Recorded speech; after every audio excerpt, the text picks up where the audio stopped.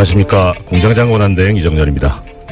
지난 화요일과 수요일에 출연하셨던 유시춘 선생님께 한 번 더 출연을 해주십사 청을 드렸었습니다. 마무리 못하고 가셔가지고 더 듣고 싶은 말씀도 있고, 네, 도저히 일정이 맞지 않아서 미안하다고 죄송하다고 하시면서 뉴스공장 애청자님들께 말씀을 전해달라고 연락을 주셨습니다. 유시춘 선생님의 말씀을 그대로 전해드리겠습니다. 이틀간의 짧은 인터뷰에 여러분께서 보내주신 과분한 관심과 응원에 깜놀했습니다. 어이구, 네. 30년 전 수도 서울의 심장부에서 민주주의를 열망한 그 눈매가 어린 사슴처럼 곱고 여린 21살 청년을 잔혹하게 고문 살해한 부도덕한 국가의 얼굴은 지금 크게 변모했습니다. 여러분이 찬바람 속에 품었던 촛불이 이룩한 결과입니다. 우리는 헌법이 천명한 공화국의 명실상부한 주인으로서의 자유와 권리를 행사했습니다.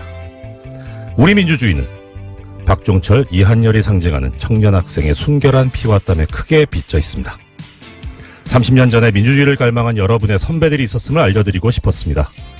오늘의 젊은 세대는 그때와는 다른 질곡에 고통스러워하고 있음을 잘 알고 있습니다. 그럼에도 불구하고 청년은 내일의 동량이며 국가의 보배로운 자산입니다. 여러분이 만든 정부는 민주주의의 성숙과 더불어 보다 평등하고 풍요로운 국가를 위해 분투하리라 믿습니다. 어제의 범죄를 단죄하지 않는 것은 내일의 범죄에 용기를 주는 일이다 라는 알베르 까미의 말을 공유하고 싶습니다. 새해 이글이글 앳된 해가 솟아 대한민국 위대한 국민들의 얼굴을 말갛게 비추기를 소망합니다. 보잘것없는 말씀을 경청해 주셔서 고맙습니다. 귀한 말씀 주신 유시춘 선생님께 감사드립니다. 공장문 열겠습니다. 이상 유시춘 선생님의 말씀을 대독한 공장장 권한대행 이정렬이었습니다.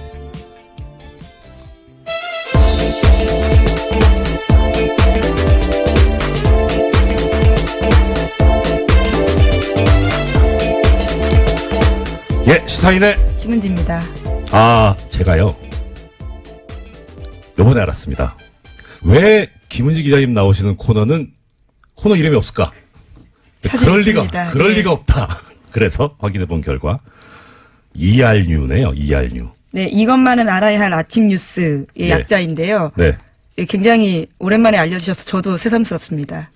전 진짜 없는 줄 알았어요. 근데 공장장님 왜 저기 소개를 안 하시는데요? 네, 가끔 대행이 오셨을 때 이름이 좀 빛을 발하긴 하는데요. 예. 네. 그래서 이제 가끔 색다른 피가 수혈되는 게 좋다. 예.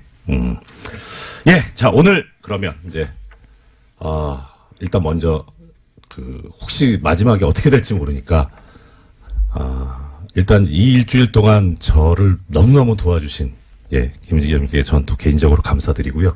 그 다음에 김은지 기자님께서도 우리 뉴스공장 애청자분들께 한 해 이제 마무리 인사 먼저 하시고 시작하는 걸로 합시다. 예, 제가 더 덕분에 많이 배워서요. 예. 그렇게 말씀해 주셔서 감사드리고요. 진짜 2017년 뉴스공장이랑 한 해 같이 했었는데 뜻깊은 뉴스들 전할 수 있어서 정말 좋았습니다. 특히 이재용 삼성전자 부회장의 영장 재청구됐을 때 발부된 거, 그 소식 전하면서 정말 저 뿌듯했었거든요. 예, 그 시간에 그 기억들을 다시 한번 되새겨보고 싶습니다. 근데 이상한 게요. 지금 김 기자님 소감을 말씀하시는데 이것도 꼭 뉴스를 전해주세요. 예, 자, 첫 번째 소식 전해주십시오. 네, 박근혜 정부가 국정원을 동원해서 이명박 정부 시절 아랍에미리트 원전과 관련한 이면 계약 여부를 조사했다라는 어제 SBS 보도가 나왔습니다. 관련된 문건이 나온 건데요. 검찰이 국정원 간부로부터 확보한 자료입니다. 이명박 정부가 원전 수주의 조건으로 핵 폐기물과 폐연료봉을 국내에 반입하기로 했다라는 의혹이 조사 대상이었습니다. 또 아랍에미리트에 대한 핵 기술 이전을 미국이 반대해서 조기 착공이 곤란하다라는 내용도 있다라고 합니다. 이게 지금 주어를 다시 한번 들어주셔야 될 것이 청자분들께서 지금 현 정부가 아니고 박근혜 정부에서 조사를 했었다는 겁니다. 그러면은 두 가지 중에 하나겠죠. 정말 문제가 있었거나 아니면 이 조사를 함으로써 타개해야 될 문제가 있었거나.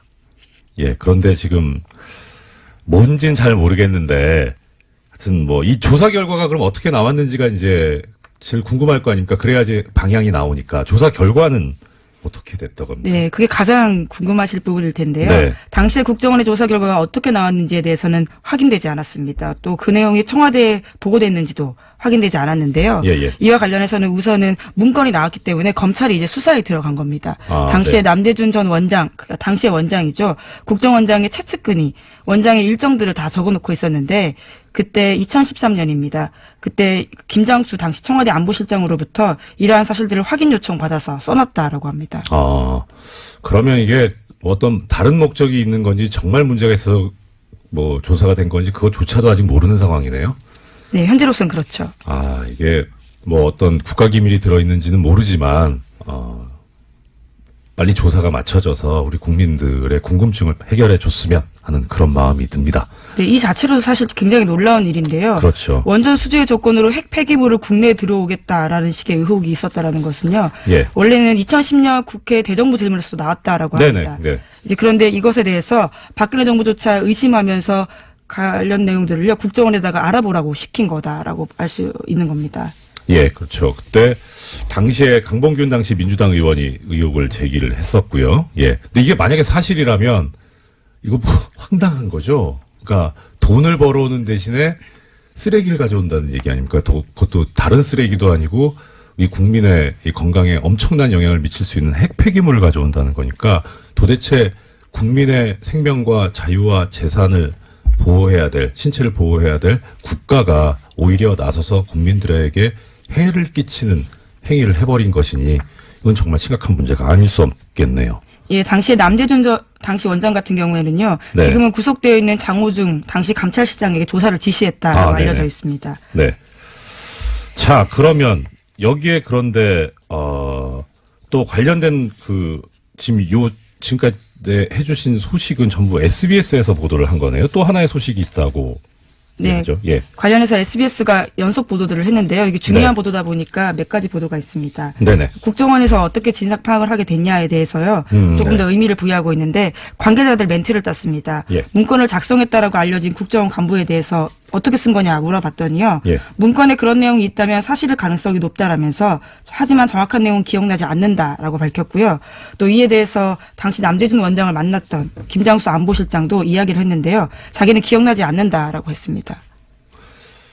결정적인 순간에 기억나지 않으시는. 근데 이 기억이 나냐 안 나냐 또 당시 어떤 일이 있었냐 이것까지 이제 검찰이 조사를 해야 되겠죠. 예.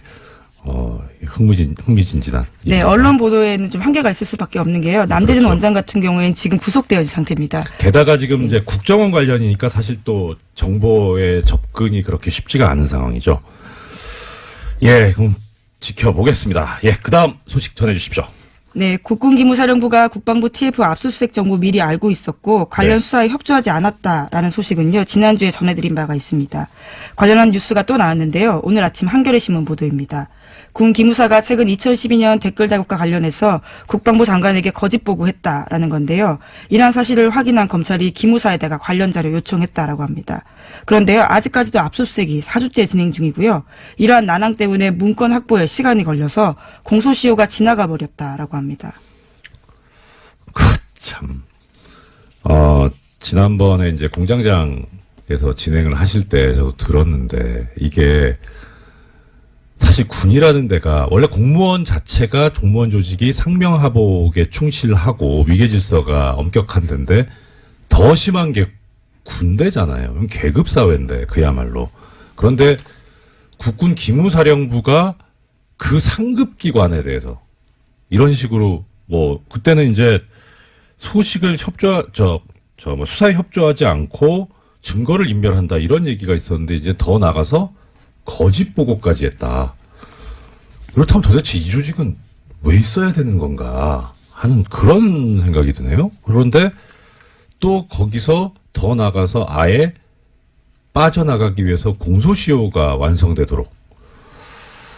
자, 참 이게 이 타이밍에 드려야 될 말씀인지 모르겠는데 이 공소시효라는 얘기가 나오니까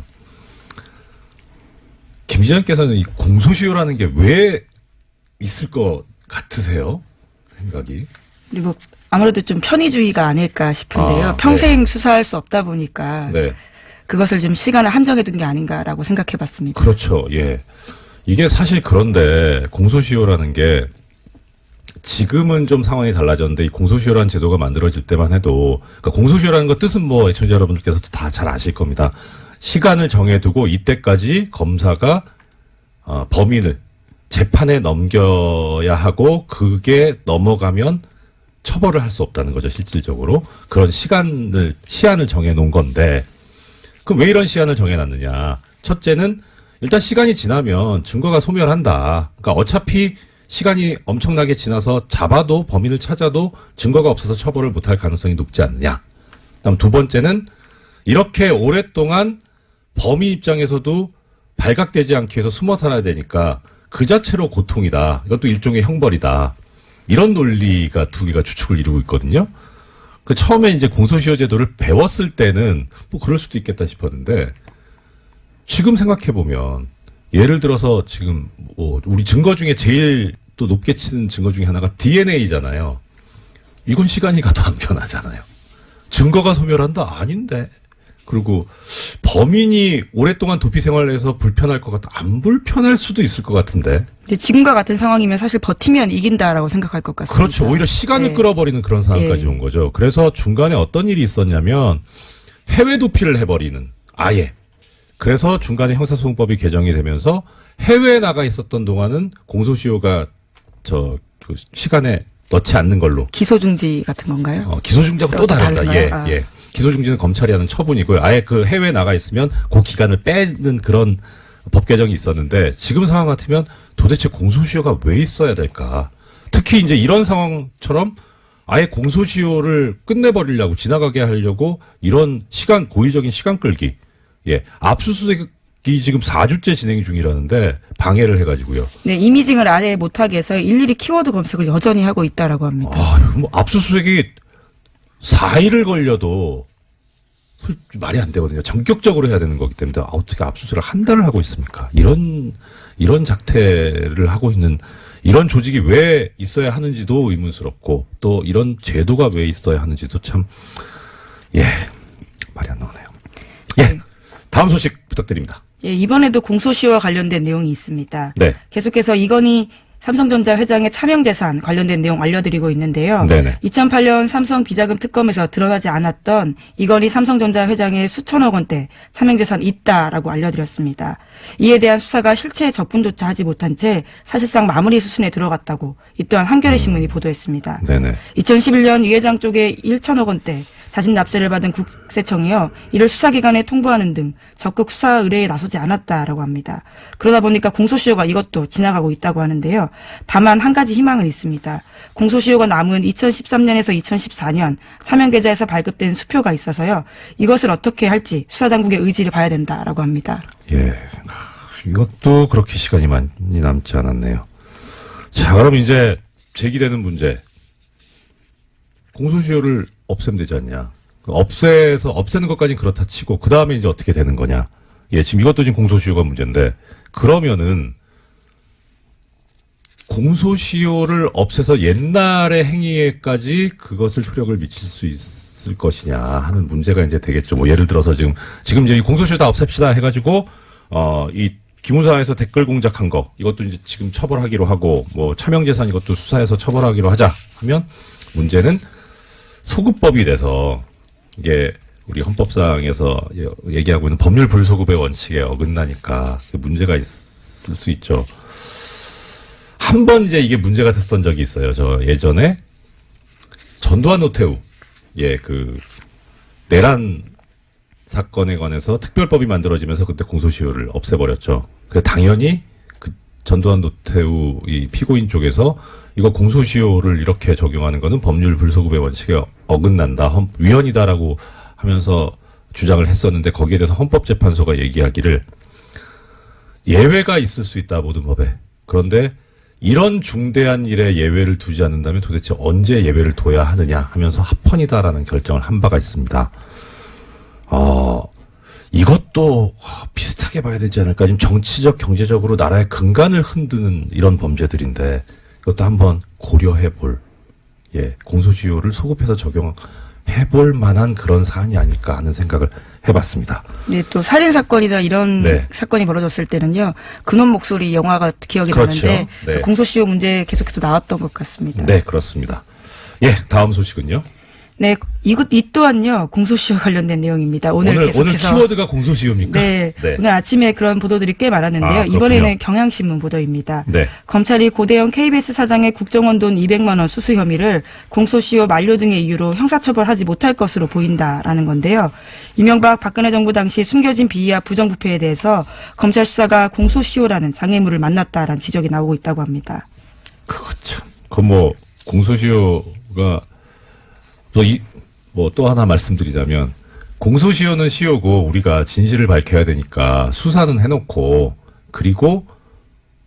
그래서 진실을 알면 되지 않느냐. 그 목적으로. 그런데, 사실 이 수사라고 하는 게, 최종적으로 가는 목적지가 어디냐면, 재판에 넘겨서 처벌을 하자는 그런 거라서, 공소시효가 완성돼 버렸다면, 끝나버렸다면은, 처벌 자체가 안 되는데, 이걸 수사를 한다면 목적 달성이 안 되는 행위를 하는 거기 때문에 이렇게 하는 거 어떻게 보면 또 예산 낭비가 될 수도 있고, 그다음에 수사를 받는 쪽에서는 인권 침해 소지가 있죠. 그래서 문제인데, 그런데 이 검찰에서 옛날에 한번 공소시효가 완성되는데 수사를 했던 적이 있습니다. 혹시 기자님 기억하십니까? 어떤 사건인가요? 노건평 씨 사건에서 공소시효가 완성됐는데 수사를 했어요. 노무현 전 대통령의 형이시죠. 그리고 쭉 수사 결과까지 발표하고 결론이 그거였습니다. 공소시효가 완성돼서 기소하지 않기로 했다고. 그래서 저 뭐 하는 거냐. 그러니까 그 당시에 검찰이 이런 수사권을 정치적으로 이용을 해가지고 그렇게 흠집을 내기 위해서 처벌 자체가 안 되는 거를 수사까지 하는 그런 권한 남용까지 했는데, 그때 보면서 참 이렇게까지 하는구나 싶었죠. 근데 이것도 한번 고민해봐야 될 문제입니다. 그거 관련해서 그때 그 생각이 났습니다. 윤석열 지검장이 했던 유명한 말이 있습니다. 수사권을 가지고 검사가 그렇게 하면 그게 검사냐 깡패지. 네, 다음 소식이요. 네, 2년 전에 역사교과서 국정화를 결정하면서 교육부가 여론조사 실시했다라는 소식 전해드린 바가 있는데요. 그때 여론조사 정황 발견됐었습니다. 그러면서 교육부가 수사 의뢰한 바가 있는데 또 관련해서 또 다른 내용들이 나왔습니다. 어제 MBC가 보도한 내용인데요. 네. 국정화 여론조사 한 번 더 있었는데 이와 관련해서도 오타까지 뺏기면서 조작했다라는 겁니다. 이게 우리가 많이 쓰는 복붙. 컨트롤 C, 컨트롤 V. 일종의 댓글 부대가 여기서도 예. 운영됐다라고 볼 수 있는 거죠. 그렇죠. 이거는 다른 차원에서 문제인데, 그래도 우리가 생각하고 있는 이 국정교과서가 박근혜 전 대통령이 아버지인 박정희 전 대통령한테 헌정하겠다는 마음으로 만든 거잖아요. 효심에서 한 거면 좀 잘 좀 하지. 오타는 좀 너무하지 않습니까? 아무리 이게 잘못된 거지만 그래도 그쪽 입장에선 나름 사명감을 가지고 한 걸 텐데, 오히려 역으로 이런 오타까지 베낀 걸 보면 실제 이 실무진에서는 이걸 하고 싶지 않았던 게 아닐까 하는 생각이 들고요. 이것도 좀 다른 얘기인데, 관련해서 지금은요, 판결문에 판사들이 전자서명을 하거든요. 미리 이제 서명하고 날인을 다 그 메모리에 넣어가지고 그대로 그냥 클릭만 하면 서명 날인 되게 돼 있는데, 옛날에는 종이에다가 서명 날인을 했어요. 이름을 쓰고 도장을 찍었는데, 가끔 가다 보면 도장이 뒤집혀 찍혀 있는 경우가 있어요. 뒤집어진다는 게 위아래가. 위아래가요. 그러니까 12시하고 12시 방향하고 6시 방향이 뒤집혀 있는 거죠. 이게 무슨 소리냐면, 이제 합의부에서 부장판사하고 배석판사님 둘이 셋이서 합의를 하는데, 그 합의 결과 마음에 안 드는 거예요. 이 판사는. 그래서 어차피 이게 합의 결과 2대1로 졌기 때문에 이 판결은 나가고 자기는 거기에 서명 날인을 할 수밖에 없지만, 난 이 판결에 동의 못하겠다. 내심을 드러내시는 건가요? 도장을 거꾸로 찍는 거예요. 그러신 적이 있으신 건가요? 전 한 번 했어요. 한 번. 근데 이게 판사들 사이에서 용인이 돼 있어요. 그러니까 그 정도는 이게 표현을 하자. 예. 그래서 항소심에서 보면 이제 아는 거죠. 이거 논쟁이 심하게 붙었구나. 2대1이었다. 이렇게. 그러니까 이제 항소심에 또 신경을 쓰게 되고. 그러니까 그런 차원에서 일부러 오타를 냈을까? 근데 오타뿐만이 모르겠습니다. 아니라요. 네. 어떤 작성자는 자기가 중3 학생이라고 하면서 찬성 의견을 썼는데요. 바로 1분 뒤에는 다른 의견 올리면서 내 아이를 맡기기에 안심이 된다라면서 학부모를 참칭했다라고 합니다. 중3이 아이가 있을 수 있지 않을까요? 네.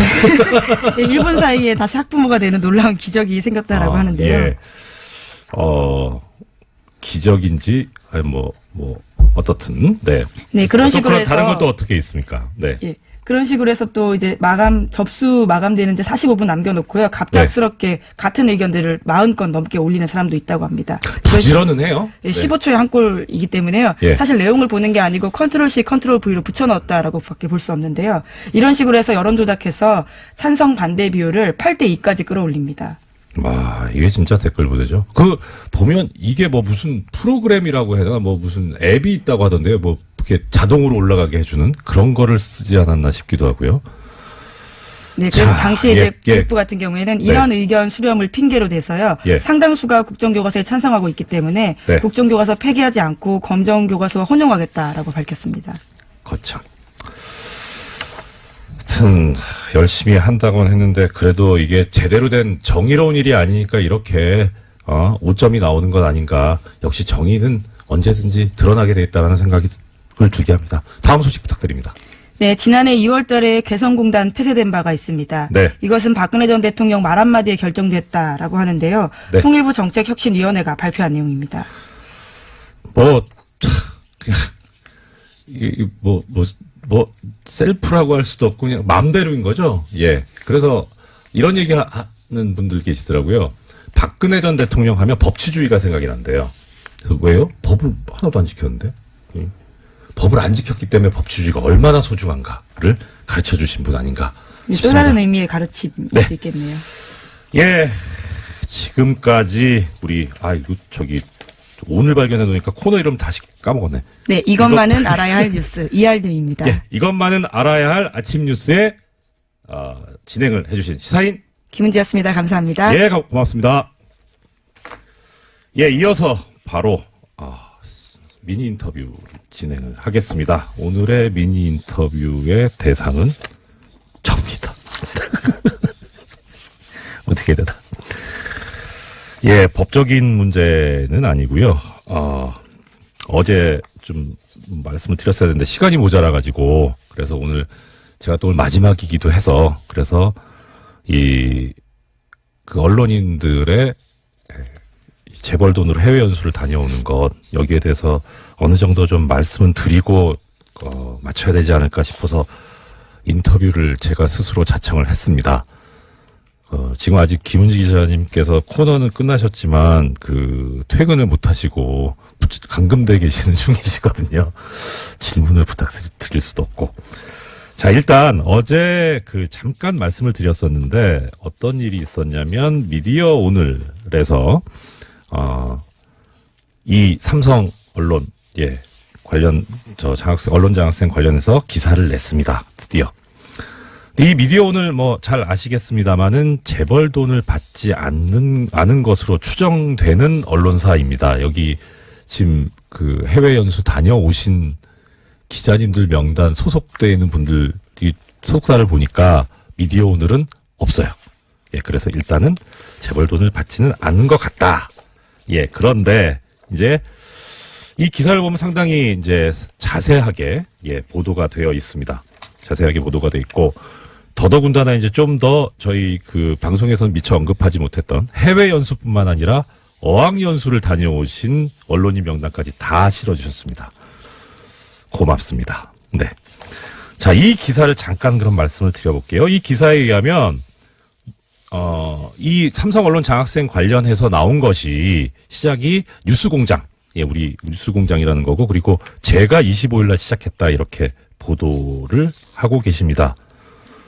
죄송한데요. 이거는 팩트가 틀립니다. 예, 실제 팩트는 이 내용의 처음이 언제부터 시작됐느냐.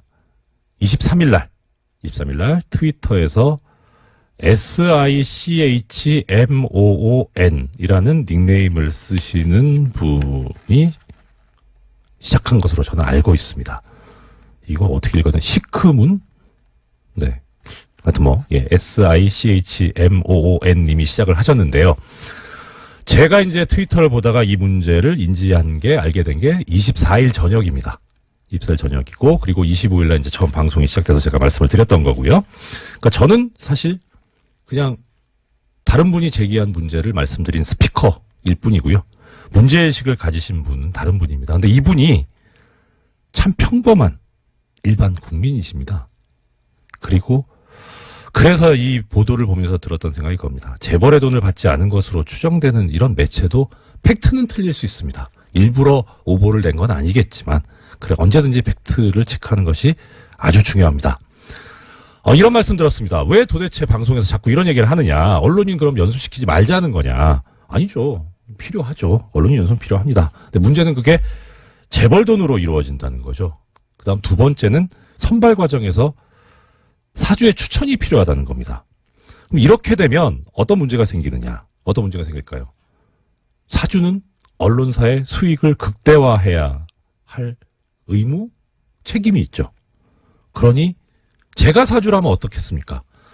자, 광고를 많이 줘야 이득이 올라가는데 광고를 주는 데는 그래도 어느 정도 여유가 있는 그런 기업이어야 할 거고, 우리나라로 치면은 재벌 아니겠습니까? 그러면 재벌을 옹호하는 기사를 써야 광고가 들어올 거고, 그러니 재벌을 옹호하는 그런 기사를 쓰는 언론인을 먼저 추천하고 싶지 않을까요? 그게 인지상정일 것 같아요.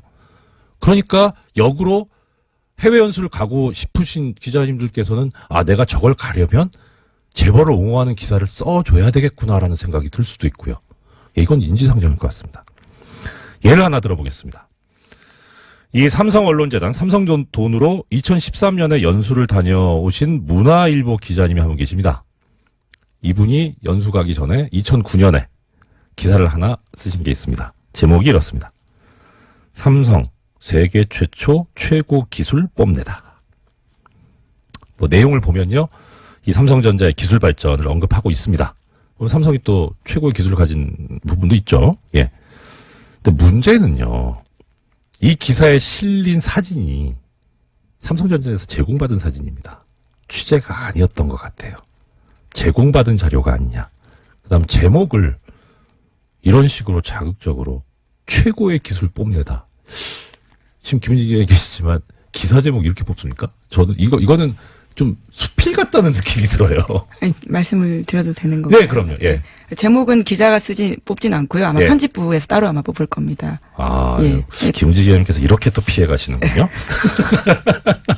그러나 저 말씀 맞을 겁니다. 예. 자, 그래서 이걸 어떻게 해결하는 게 좋겠느냐. 이렇게 재벌 돈으로 안 갔으면 좋겠습니다. 국가에서 운영하는 재단, 이 언론도 중요한 하나의 민주주의 축이니까 국가에서 운영하는 재단이나 또 언론인들께서 그냥 주머니 털어서 하나 만들어가지고 하셨으면 좋겠습니다. 있죠. 언론진흥재단도 있고 기자협회에서도 보내시지 않습니까? 있지 않습니까? 거기서 했으면 좋겠습니다. 이와 관련해서 2005년도에 보면 한국기자협회보에 실린 기사가 있는데요. 이 대담 토론에 관한 부분입니다. 거기에 지금 참석하신 분이 한겨레 대기업 전문기자, 경향신문 국제부 차장, 언론노조 신문개혁 특별위원장께서 참여하셔가지고 이 문제를 인식하고 얘기를 하십니다. 가장 큰 문제가 뭐냐? 예. 지금 이렇게 갔다 오면 결국은 유혹이 생기지 않겠느냐. 이 재벌이나 기업 쪽에 친화적으로 하는 쪽으로. 그러니까 문제다. 자본 색채가 드러나지 않는 공익적인 지원이 필요하다라는 해법까지 제시하시고 계십니다. 이게 2005년입니다. 15년 가까이 됐죠. 자, 그러면 이런 반론이 있을 수 있습니다. 갔다 와가지고 내 집 가기 전에 재벌 옹호하는 거 안 쓰면 될 거 아니냐. 네. 여기에 대해서 훌륭한 답을 주신 분이 계십니다. 지난번에 제가 한번 소개를 시켜드렸던 것 같은데요. 경향신문에서 굿바이 노무현이라는 칼럼을 쓰셨던 분이 그 글의 제목에 이렇게 돼 있습니다. 돈 받은 본질은 달라지지 않는다. 예, 어떻게 하든 재벌로부터 돈 받은 본질은 달라지지 않습니다. 자, 인터뷰가 혼자 지금 주절주절 떠들고 있네요. 예, 마무리해야 되겠네요. 재미없을 것 같습니다. 자, 바람직한 언론의 모습, 이와 관련해서 말씀드리겠습니다. 헌법에 표현의 자유가 처음 기록되던 시절이 있죠. 그때는 자본주의가 고도화되지도 않았고 언론은 기업화되지도 않았습니다. 오로지 세습된 정치 권력, 왕권이죠. 이것의 보복만을 두려워하던 시기가 있었습니다. 언론 자유만 보장되면 다 될 줄 알았던 그런 시기죠. 근데 시간이 흘러보니까 냉전 시기에 이 두 축들이, 냉전의 양축이 언론을 이용해서 조작된 합의를 만들어내는 과정이 너무나도 양쪽 다 닮아 있었습니다. 뭐 서로 민주주의 국가다 이렇게 얘기를 하고 상대방을 독재 국가라고 했지만 문제는 여론 조작을 얼마나 더 세련되게 하느냐 아니면 폭력적으로 하느냐 이 차이만 있었던 거죠. 언론의 자유만 보장해주면은 언론이 권력을 감시해서 대의민주주의 제도를 훌륭히 보완해 줄 것이다라는 생각은 미국에서 1950년대에 이미 무너졌습니다. 이것은 언론 사주와 기자가 언론의 자유라는 것을 언론 기업이 무엇이든지 할 자유로 남용하기 시작하면서 벌어진 일입니다. 2010년대를 사는 대한민국도 비슷하죠. 그래서 민주주의 광장에서 토론할 자유, 정확하고 다양한 정보를 접할 기회가 사라져버렸습니다. 언론이 누리는 권력을 소수가 독차지하는 현상이 벌어진 거죠. 사회적 책임에 관한 허친스 보고서라는 보고서가 있습니다. 여기서 자유롭고 책임 있는 언론은 공권력으로부터 유지되어야 한다는 결론을 내면서도 비판을 감수하며 사회적 책임을 다해야 언론의 자유도 보호받을 수 있다는 결론을 냅니다. 그래서 이 결론은 이렇습니다. 언론의 사명은 매일 일어나는 사건들에 대해 정확하고 진실되며 종합적인 보도를 해야 하는 데 있다. 두 번째, 언론은 다양한 설명과 비판이 제한되고 교류되는 광장, 즉 공론의 장이어야 한다. 셋째, 언론은 사회를 구성하는 여러 집단의 대표적인 의견과 입장을 반영해야 한다. 넷째, 언론 매체는 사회가 공유하는 가치나 목적을 명확하게 제시해야 한다. 다섯 번째, 언론 매체는 매일매일의 정보에 접근할 수 있는 충분한 기회를 제공함으로써 이른바 정보의 자유 혹은 알 권리를 충족시켜야 한다. 최근 언론이 이 원칙을 지켰나? 솔직히 답하실 수 있는 기자분, 김은지 기자님 빼고 누가 있겠습니까? 네. 이 이야기는 제 이야기가 아닙니다. 제 머리는 도저히 이런 얘기 안 나옵니다. 트위터에서 느릅이라는 닉네임을 쓰시는 분의 이야기입니다. 느릅님한테는 이 이야기를 소개해도 좋다는 허락을 받았습니다. 이분도 지극히 평범한 일반 국민이고요. 이렇게 우리 국민이 멋집니다. 이런 멋진 국민을 가르치거나 국민과 싸우려고 하지 마십시오. 제발.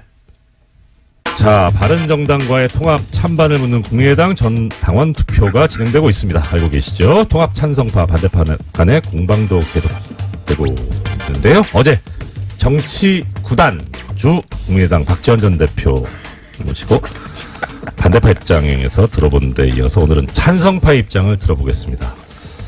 국민의당 장진영 최고위원께서 스튜디오에 직접 나와주셨습니다. 어서 오십시오. 안녕하십니까, 장진영입니다. 반갑습니다. 일단 시작 전에요. 네. 저기 소개도 안 드렸는데 바로 웃음소리를 내시면 어떻게 합니까? 왜 웃으셨습니까? 웃기잖아요. 구단 주. 예. 박지원 대표께서 정치 구단이라는 거 거의 뭐 공지의 사실 아닙니까? 네, 아이, 그럼요. 인정합니다. 진짜로 우리 지금 현역 정치인주에 따라갈 분이 없죠. 네네. 예. 현역 정치인 중에 따라갈 분. 문재인 대통령? 저는 누굴 타의 추종을 불허한다고 생각합니다. 박지원 대표. 예. 네. 예, 대단하시죠. 그럼 이따 또 질문 드리겠습니다만. 네. 자, 일단은 어제까지 지금 이제 이틀째 전 당원 투표가 진행이 됐습니다. 어제 이제 박지원 전 대표께서 나오셨을 때는 첫날 투표율이 높았다. 두 번째는 지금 열성 당원들이 빨리 열성 지지자들이 먼저 투표를 했을 거기 때문에 높았지만 이튿날 때부터 확 떨어질 것이다라는 그런 예언을 하고 가셨는데 실제 보니까 첫날 14% 그래서 예상보다 좀 높다 싶었는데 이제 어제까지 누적 투표율이죠 17%. 이 박지원 전 대표 예언이 맞는 거예요? 아이고 예언이라기보다는요 지난 이제 8월 전대에 우리 당 전대 때도 같은 양상이었습니다. 첫날에 역사 대기 수요가 폭발을 해가지고 확 몰리고 두 번째 날은 3분의 1 이하로 떨어지는 그런 현상이 그때도 있었는데요. 그런데 이제 어제 저녁 7시기에 마감이 됐는데 그때까지 17.63%입니다. 그런데 8월 전대 때 같은 시간에 투표율이 그보다 1%가 높았습니다. 어저께. 그러니까 전당대회는 후보들이 나와가지고 뭐 굉장히 이벤트도 많이 하고 TV 토론도 하고 굉장히 떠들썩하게 진행이 되지 않습니까? 오랫동안. 그런데도 그것보다도 더 높았다는 거예요, 이번에. 거기에 의미가 있다라고 봐야 될 것 같습니다. 그렇습니까? 그러면. 그렇습니다. 국민의당은 저기 인물이 나와서 말씀하시는 것보다 어떤 사안에 더 집중하신다, 이렇게 당원들께서 그렇다. 그렇게 일반화시키기는 어려울 것 같고요. 네. 그러니까 당원들이 그만큼 이 지금 상황에 대해서 굉장히 아주 엄중하게 바라보고 있다. 이렇게 봐야 될 것 같습니다. 네. 사실 엄중하죠. 이게 통합이냐 아니냐는 당의 존재 그렇습니다. 기로를 결정하는 건데. 앞에 나아갈 방향을 결정하는 것이기 때문에. 근데 이제 그 전에 네. 왜 그러면 당원들이 이렇게 이 투표 이 양상으로만 보면 뭐 분기탱천을 했다 이렇게 볼 수도 있는데 왜 그랬느냐. 예. 그 앞에 상황을 보면 이제 우리 당의 의원들께서 이 통합은 의원들의 반수 이상이 반대하기 때문에 하면 안 된다. 이렇게 이제 계속 말씀을 하셨어요. 네네. 또 이제 그 근거로는 호남의 민심이 이걸 반대한다. 네. 우리 당은 지역적 기반이 호남이기 때문에 호남 민심이 반대하는 것은 하면 안 된다. 이제 이런 논리를 펴셨거든요. 네네. 근데 이제 여기에 대해서 당원들이 다른 생각을 갖고 있는 겁니다. 첫 번째는 우리 다른 경로로 확인해 보면 호남 민심이 통합에 대해서 그렇게 의원들이 얘기하시는 것하고는 다르더라. 그렇게 반대하는 것만은 아니다. 두 번째, 당의 의사결정은 당원들이 하게 돼 있는데 의원들의 반수가 반대한다고 해서 하면 안 된다라는 것은 우리 당원의 당원 주권주의를 선언한 것에 반하는 것이다. 이런 당원들이 그렇게 이제 반발을 하고 있었습니다. 그것이 이제 전당원 투표가 시작되니까 이런 양태로 나타났다. 이렇게 보고 있습니다. 네. 그러면 일단 저기 요거 한번 가보고 말씀드릴게요. 어제 이제 박지원 전 대표께서 나오셔가지고 말씀을 하셨고 들려주셨던 건데 아까 이제 TV 토론 말씀도 하셨습니다만 지난 전당대회 당시 안철수 대표께서 이제 그 얘기하셨던 거를 어제 직접 부탁드리지도 않았는데 본인의 휴대전화를 꺼내서 들려주셨거든요. 한번 어제 들어보셨습니까? 다시 한번 들어보고 가겠습니다. 요새 뭐 많이 돌아다닙니다. 그게 안 돼요?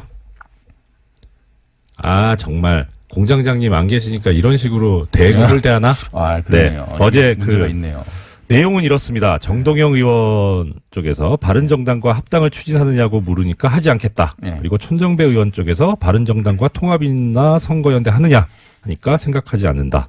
라고 이제 이게 좀 말씀이 달라진 게 아니냐. 이게 이제 최근에 뭐 이런 동영상도 만들어서 반대 쪽에서 이제 유포를 하고 그러고 있는데요.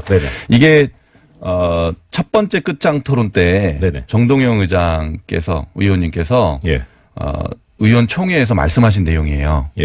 그 안 대표가 앞에 있는데 이제 이 내용을 가지고 공격을 하셨어요. 근데 그리고 그때 안 대표의 답변이 있었습니다. 근데 이제 그때 뭐라 그랬냐면 8월 전대 당시의 바른정당과 지금의 바른정당이 같으냐. 그때 바른정당은 20명짜리 정당이었는데 그때 구성원들하고 지금 구성원이 다르죠. 9명이 자유한국당으로 돌아갔지 않습니까? 그중에 이제 김무 의원이 계시죠. 그죠? 그분을 비롯한 9분이 돌아간 바른정당하고 계신 바른정당은 말씀이 죄송한데요. 복귀했다가 좋은 용을 돌아갔다 하면 왠지 이렇게 좀 복귀가 돌아갔다는 말 아닌가요? 저렇게 그렇죠. 사망의 높임말 같아서. 자유한국당으로 다시 들어가셨는데 돌아가게 하시고 싶은데. 그런 거 아니죠. 바른정당이 그래서 다르다는 거예요. 같은 당이 아니다. 근데 이제 그거는 저도 전적으로 동감하는데 만약에 지금 20명짜리 바른정당이었으면 제가 앞장서서 저는 반대했을 것 같아요. 저라도. 그러니까 그때 바른정당은 별로 바르게 보이지 않는 정당으로 저는 봤거든요. 근데 지금은 되게 순도가 높아졌다 그런 표현을 그때 하셨는데 저도 동의하는 부분입니다. 그래서 8월 전당대회 때의 그 상황과 지금이 다른데 같은 잣대를 들이대는 것은 저는 합리적이지 않다. 사정명령이 생겼다. 우리 쪽 용어로. 그렇습니다. 역시. 알겠습니다. 자, 그러면 역으로 바른정당 입장에서 보면 이제 순도가 높아졌다라는 말씀하셨잖아요. 그럼 바른정당 입장에서 보면 국민의당의 순도가 높아지면 더 통합의 가능성이 높을 수도 있을지 모르겠는데 지금 이제 통합 반대파 결국 이제 이 통합 쪽으로 쭉 결론이 간다면 통합 반대파를 안고 가실 생각이신지 그렇다면 그런 방법은이나 계획은 뭔지 아니면 뭐 버린다고 하면 아니. 결별은 모르겠고요. 그거는요. 네. 명확합니다. 우리가 그분들을 안 안고 갈 이유가 없어요. 예. 바른정당에서는 뭐 마음에 바라는 게 있을 수는 있어요. 네네. 그러나 우리 당의 그런 통합을 반대하는 분들, 예. 그분들이 당을 우리가 배제할 이유가 없는 거예요. 예. 그분들이 뭐 박근혜 대통령 같이 나쁜 짓을 했어요. 뭐 의견이 좀 다른 거죠. 또 민주화의 가장 앞장선 분들이고 네. 또 우리 당의 강령이 이렇게 되어 있습니다. 합리적인 진보, 그다음에 개혁적인 보수, 양날개로 사회 통합을 해라. 이게 우리 당의 강령의 명령입니다. 강령이에요. 네네. 그런데 그분들은 합리적 진보의 한 축을 담당하실 수 있는 굉장히 중요한 자원이죠. 예. 그분들을 반드시 안고 가야 되는 것이고요. 예. 거꾸로 저는 그런 좋은 자원들이 우리 당에 있기 때문에 개혁적 보수라고 하는 유승민 예. 대표를 비롯한 바른정당이 들어오더라도 네. 균형추가 무너지지 않는다. 그분들이 계셔야 됩니다. 그래서 오히려. 예. 예. 그리고 예. 그분들의 오랜 경험과 식견 이런 것들이 있으면 사람들이 많이 의심을 하잖아요. 유승민 대표가 결국은 자유한국당이랑 2단계 통합을 할 것이다. 이렇게 의심을 하잖아요. 네. 그런 의심이 우리 당의 중진 의원분들이 계심으로 인해서 네. 견제가 될 수 있다. 충분히 견제가 가능하다. 네. 저는 그렇게 봅니다. 어제 박지원 대표께서는 안철수 대표님한테 새 정치로 다시 돌아오라 이런 말씀을 하셨거든요. 네. 그 말씀에 대해서 어떻게 해요? 저는 제가 보기에는 이게 새 정치인 것 같은데 이 방향이. 네, 새 정치의 가장 핵심은 네. 다당제의 정착이잖아요. 다단계라고 그러려고 그랬네. 다당제의 정착인데 지금 불리한 짓으로 거부하실 수 있습니다. 그런데 지금 이 상황은 예. 그대로 가면 다당제가 지금 굉장히 불안정한 다당제지 않습니까? 네. 바른정당이 만약에 자유한국당으로 쏠려 들어가 버리면 예. 일당이 되죠. 자유한국당이. 일당이 되겠죠. 예. 그러면 민주당이 다시 일당의 지위를 회복하기 위해서 우리 당을 굉장히 이렇게 흔들 가능성이 이제 높은 거죠. 우리가 경험칙으로만 보면. 그건 아니에요? 네. 저는 그렇게 봅니다. 그래서 왜 이렇게 부인하시는 뭐 민주당 입장이세요? 아니요. 그건 국민의 입장이죠. 네, 근데 민주당 입장에서 다시 일당의 지위를 회복하는 게 굉장히 중요하잖아요. 국회의장, 그다음에 국회 상임위, 뭐 이런 운영에 관한 주도권을 확보할 수 있다는 그런 점에서 그렇기 때문에 우리 당이 굉장히 불안해질 수가 있다. 그런 점에서 그 생각에서 그러실 수 있겠네요. 그렇기 때문에 바른정당과 순도가 높아진 바른정당과 힘을 합쳐서 이 다당제의 기반을 굳건히 하는 것. 저는 이게 새 정치의 요체라고 봅니다.